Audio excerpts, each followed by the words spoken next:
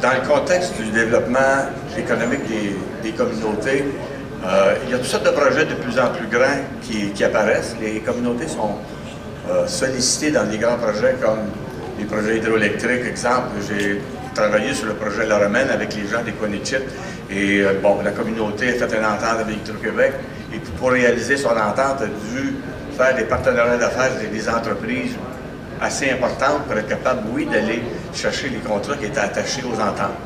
Dans d'autres cas, c'est des entreprises de plus petite dimension qui ont besoin de travailler ensemble pour peut-être grandir, pour peut-être être capable d'aller chercher des marchés qui ne sont pas capables seuls. Donc, les partenariats d'affaires, ça peut être pour quelque chose de plus petit comme quelque chose de plus grand. Sauf qu'il faut s'y préparer. Donc, pourquoi on fait un partenariat? Avec qui et comment? Parce que très souvent, et surtout dans les grands projets, vous remarquerez que dès le moment où il y a un grand projet s'annonce, il y a un paquet d'entreprises pleines de bonne volonté qui viennent rencontrer le conseil ou les entreprises de la communauté, puis qui viennent dire, nous, on veut votre bien, et si vous ne faites pas attention, ils vont finir par l'avoir. Alors, je vous dis, là, vous avez beaucoup d'amis, et tout le monde veut travailler avec vous, parce que vous avez des relations privilégiées dans des contrats avec des gouvernements ou avec des instances, et il y a des situations où vous allez avoir la possibilité, exemple, de faire des choses gré à gré, donc sans passer par tous les processus de soumission. Donc, il y a un paquet de monde qui peut s'associer avec vous. Et là, tout le monde parle partenariat sans nécessairement s'y préparer, et il y a souvent des désillusions à la suite de ça. Donc, un partenariat, c'est une stratégie. C'est un moyen que vous décidez de vous donner. Ce n'est pas un but de faire un partenariat. On en fait un parce que c'est nécessaire, parce que ça nous fait avancer, et aussi parce que ça nous fait atteindre un but qu'on ne pourrait pas atteindre seul. Il est possible qu'on ait la chance de faire un contrat, mais on n'a pas tout l'argent pour faire la mise de fonds. Il est possible qu'il nous manque un peu de compétences. Il est possible qu'il nous manque la capacité de se cautionner. Il est possible que mon ami Ascan, tantôt, quand on va arriver au financement du projet, nous dise « Hey, il te manque un petit peu d'expérience, ainsi de suite. » Donc, souvent, il faut savoir pourquoi on utilise ce moyen-là avant de décider quelle sorte de partenariat on va faire.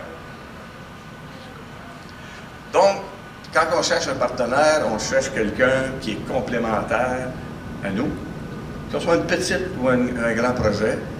On cherche aussi quelqu'un qui va partager des valeurs. Et moi, j'ai un bon copain qui est propriétaire d'une entreprise à Ouachat qui a vécu un partenariat pour lancer une entreprise qui est florissante aujourd'hui dans le domaine électrique. Et puis, quand il avait débuté, il manquait un peu de ressources, il manquait un peu d'argent, il manquait de connaissances administratives. Il s'est trouvé un partenaire. Et quand il me raconte son expérience qui a été fructueuse, parce que 20 ans plus tard, ça va bien et ça grandit, la première chose qu'il a faite avec son partenaire, il a vérifié s'il partageait les mêmes valeurs. Au niveau de la façon de travailler avec les gens, au niveau du respect, ainsi de suite. Et ça, c'est majeur. Surtout que beaucoup des projets économiques ont des retombées qui ne sont pas juste économiques, mais qui sont aussi un peu sociales dans les communautés. Et il faut faire attention à nos partenaires parce qu'il faut que ce soit vrai qu'ils le partagent. Donc, on cherche un partenaire qui va nous aider à atteindre nos objectifs. On a des objectifs ensemble, mais on a aussi des objectifs qui sont les nôtres. Et une chose importante aussi, ça nous prend un partenaire qui est compétent et qui est crédible.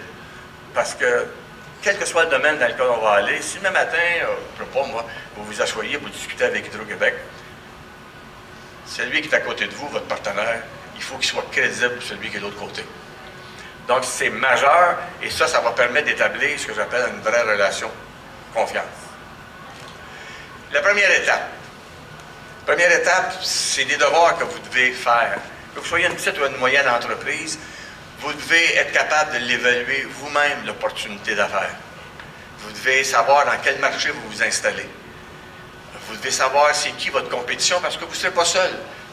Parce que c'est automatique, même dans des grandes ententes, il y a tout le temps une clause qui fait en sorte parce que si vous vous entendez pas, ils ont la chance d'aller demander à d'autres de vous faire des prix. Alors faites bien attention, il faut connaître, il faut que vous ayez vous-même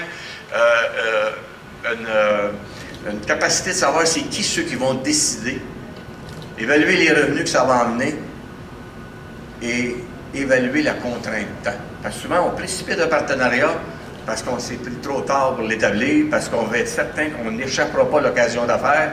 On est à la dernière minute, puis on dit, regarde, on fait une co-entreprise, puis c'est peut-être même pas une co-entreprise qu'on avait besoin. On avait peut-être besoin de faire une autre sorte de partenariat. Alors, la contrainte de temps devient très, très importante, donc il faut bien se préparer. Par la suite, vous devez évaluer qu'est-ce que vous apportez. Je m'associe avec Ascan et j'arrive avec un carnet de commande de 200 000 $. Et puis je dis, moi, Ascan, il est bon, il a des capacités de gestion, mais moi, j'ai le contrat. Comment ça se monnaie, ça, quand on va discuter notre proportion? On va être 50-50? Il met l'argent, mais moi, j'ai le contrat. Donc, évaluez vraiment, là, qu'est-ce que vous apportez. Si vous apportez un contrat gré à gré, un contrat qui est quasiment consenti, ça a une valeur qui se monnaie. Et plus tard, dans l'entente, il faudra que ça se paraisse. Quel capital que vous allez apporter? Ou l'accès à du capital? Avez-vous les ressources humaines? Est-ce que vous allez être complètement dépendant des ressources humaines du partenaire, donc dépendant de ses propres connaissances et que vous ne serez pas capable d'être un joueur à part égale? Il faut absolument l'évaluer, évaluer l'expertise. Ça va vous permettre de déterminer la participation et vos attentes financières, parce que quand l'exercice sera fini, vous devrez vous asseoir pour dire, voici comment on partage. Quels sont les besoins pour transformer l'opportunité en dollars? Demain matin, je ne sais pas, moi je suis la communauté qui est impliquée dans le plan Nord, et là j'ai la chance d'avoir un beau contrat de 20 millions pour construire un tronçon de route. Extraordinaire. C'est-tu la capacité financière de le faire? Je suis capable de le gérer? Quelle expertise ça va prendre? Quelle accréditation? Est-ce que n'importe qui peut faire ça? Ou si celui qui va le donner demande des choses précises? Donc, il faut connaître dans quoi on s'embarque. C'est comme ça que vous serez capable d'évaluer la proposition de tous les gens qui vous sollicitent à gauche, à droite pour devenir vos amis demain et de faire de l'argent avec vous.